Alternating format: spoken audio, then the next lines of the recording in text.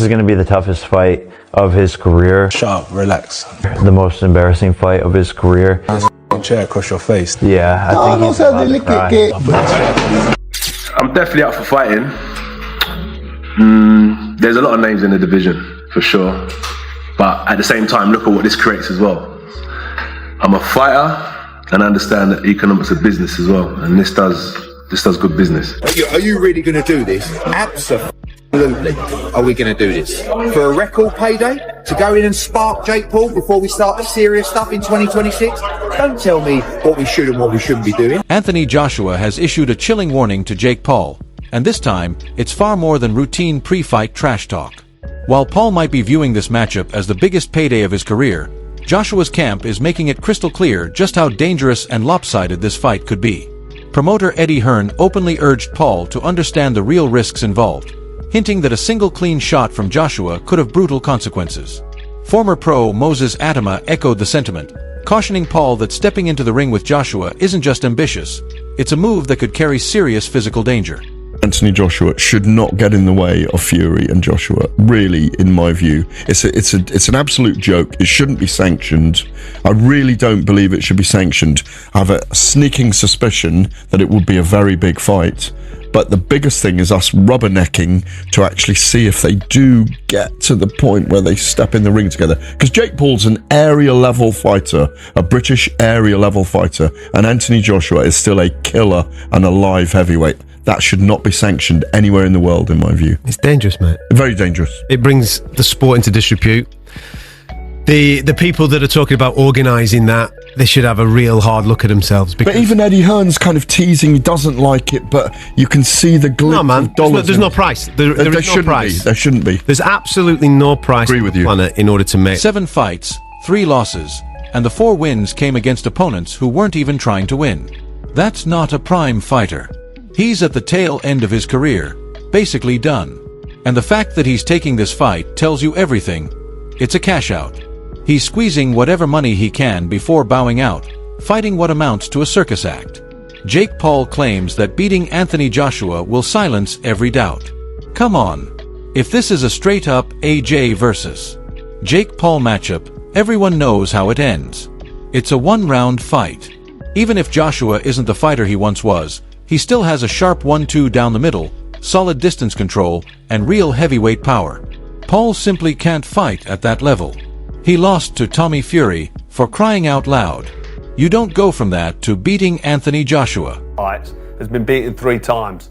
The 4 fighters that he beat didn't come to win. So he's not in his prime, is he? He's literally at the end of his career, pretty much finished. And this is why taking this fight with you is telling you all you need to know. It's a cash out. He might as well just cream as much money as he can at the end of his career, fighting an absolute joke shop in clown world. When I beat Anthony Joshua, he says, every doubt disappears. Come on. I mean, if this is a straight up AJ versus Jake Paul, then we all know what should happen. This is a 1-round job because AJ, even though he's past his best, even though he's seen better days, he throws a nice 1-2 down the middle. He's got a nice bit of distance, and fake Paul can't fight. He just can't. I don't care what anybody tells me. He can't fucking fight. He lost to Tommy Fury, for crying out loud. You can't jump in with Anthony Joshua now and expect to get a result. So, nothing's going to no doubt's going to disappear. For AJ, this fight isn't just about money.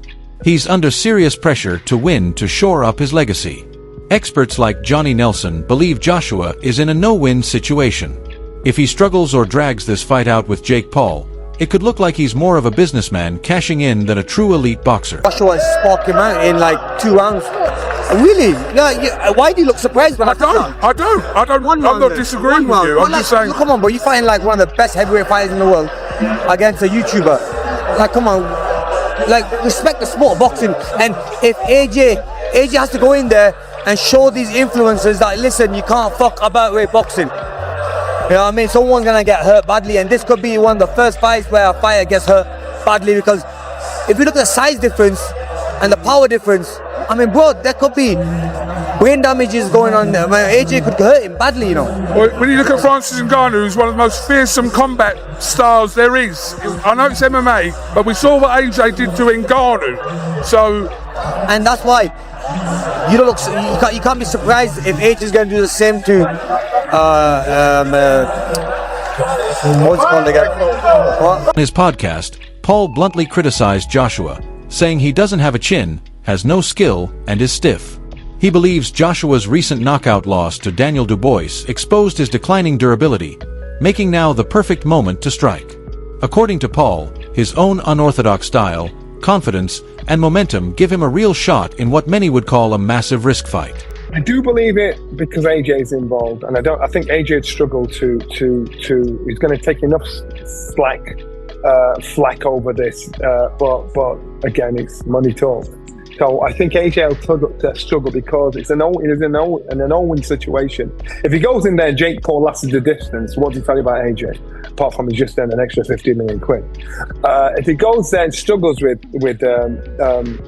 Jake Paul, then what does he say about AJ? Your heydays are well and truly over. If he goes in there and knocks him out, then I'll say that's to be expected. So the glory, there's probably not much glory in it, apart from the haters of Jake Paul to say, right, I've got rid of this kid. I think it's very brave of Jake Paul. So now the problem child has got us to believe this fight's actually happening. So now you've got our attention. So now you've got to back up the boast. You're not playing tiddlywink. This is the only game you can't play. You can play football, golf. Jake Paul says this fight is his moment to shut up every critic who has always claimed he only picks small or washed-up opponents. He argues that by facing Anthony Joshua, a true heavyweight and former world champion, he's finally proving he can compete at the highest level. According to Paul, when he beats Joshua, every doubt disappears. No one can deny me. He's going to be 35 years of age. It's crazy what I'm about to ask you, but can Jake Paul really beat Anthony Joshua? All right, listen, I give all credit. Everyone knows that. They get mad at me that I gave too much credit to Paul. Why? He's done a hell of a job to put himself in this position. He sold himself. He sold his dream. He took his dream. He took his idea. He put it out there, and he made it happen. Give him credit for that. And he made it happen. And he took risk along the way. Yeah, he picked his spots. He's in the driver's seat. He gets to pick his spots. He's the one bringing the money. He's the one promoting. Yeah, he's the name.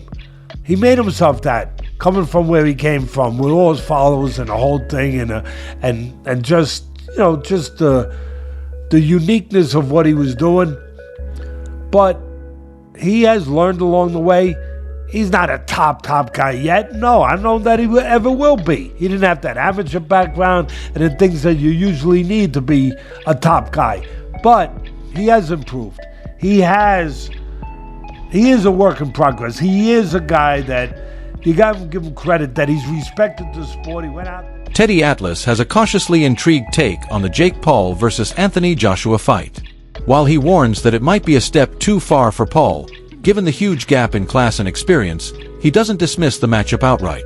He points to Joshua's recent knockout loss and long layoff, suggesting that some ghosts in his attic could make him vulnerable.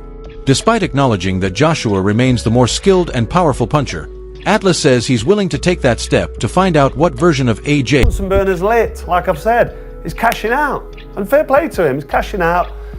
But to what detriment to his legacy? A lot, really. Because if this is going to be his last fight, fighting this clown show, I mean, it's not ideal, is it? It's no ideal way to go out. But people will argue, well, he's just taking the money and running.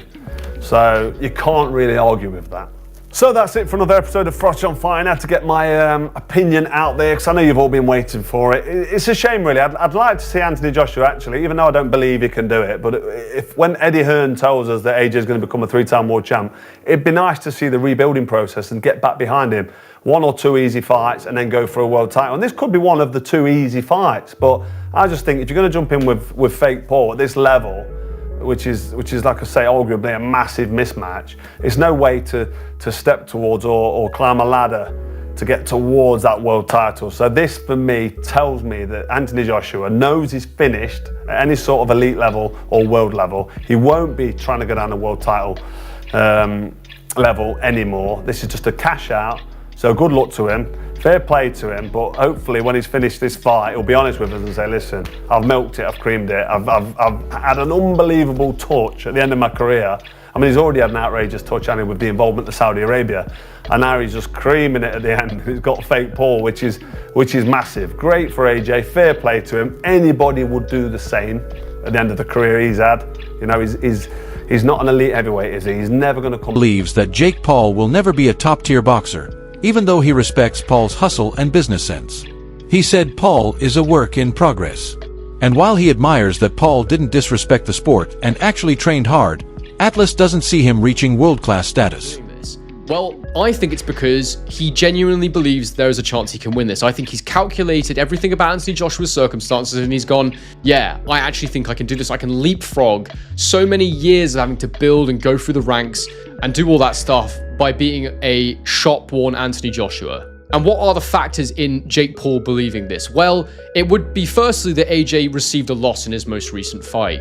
Anthony Joshua's not been in the ring since September 2024, so over a year by the time him and Jake Paul get in the ring together. It will have been around 15 months. It was the manner of Joshua's loss where he looked terrible. He looked like a fighter that was well past his best. His timing wasn't there. He even looked a little bit chinny, dare I say. I mean, I still think he's got a good chin. The shot he took from Dubois was absolutely massive and would have knocked down many heavyweights. And he showed decent powers of recovery to get up and struggle through for as long as he did before his over-aggression and miscalculation with the type of shots he was using got him knocked out by Dubois. But if you're deluded enough like Jake Paul, then perhaps you look at that and go, he landed a massive right hand on Joshua's chin, why can't I do the same? I believe myself to be a very big puncher. And it's that old saying, isn't it? You know, you shoot for the stars, you might at least land on the moon. And I think that's kind of why Jake Paul's maybe got to where he is in life, because he does have too much self-confidence. He does believe in himself.